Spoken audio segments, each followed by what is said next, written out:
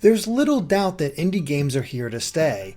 They're easy to download, and word of mouth can really help sell a unique title. But an interesting side effect is that larger studios are branching out with smaller games.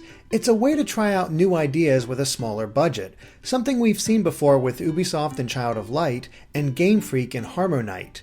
Now it's HAL's turn with Boxboy, a throwback to the puzzle platformers that were released on the original Game Boy. Players take on the role of Kirby, the titular Boxboy, who is able to jump and spawn boxes from within his body. At first it seems like a pretty limited moveset, but the game is constantly introducing new elements to play with. Starting out, you'll simply be tossing boxes around to get to higher places, while later on the puzzles involve teleportation, moving platforms, guiding harmful enemies, and connecting a charge. There is always something new to see and do. Complementing this is the short level design.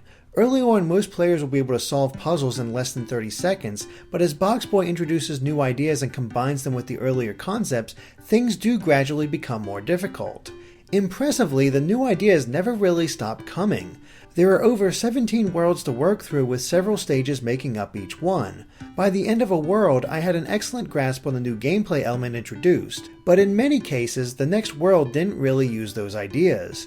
It's not until after beating the main game that all the different concepts come together into a cohesive whole. That's not to say the early stages aren't fun. It really feels like the Kirby mentality is at play here, where the game is simple but inviting. Along with completing each stage, there are crowns to collect. Collect them all and you'll receive medals. These medals are used to buy Kirby new costumes, songs, and challenge levels. The Time Attack challenge has players solving a series of puzzles within the time limit, while Score Attack is all about gathering as many points as you can in a minute. Both are simple distractions that do offer up more of a challenge, but they didn't really hold my interest like the main game. The primary levels take about 5 hours to complete and tell a surprisingly somber tale of Kirby's quest to save his planet. It never really clarifies what's going on, but I enjoyed it for what it was. But as I said, there is quite a bit of post-game content where all of Boxboy's systems come together.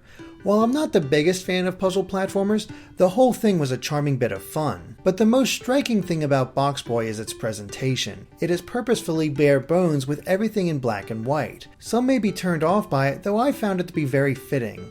This is the type of game that I could totally see being released on the Game Boy. It works as what the developers at HAL were striving for. The music is likewise simplistic, but it still resonates. Some of the themes stuck with me, though mainly they served as great mood pieces. The best way to describe Boxboy is simple. It won't blow your mind in any way, but if you're looking for something to unwind with, it's perfect. I like it, and I'm looking forward to seeing what else HAL and the other developers at Nintendo will do with these smaller games. Thanks for watching, and be sure to stay tuned to GameXplain for more on Boxboy and other things gaming.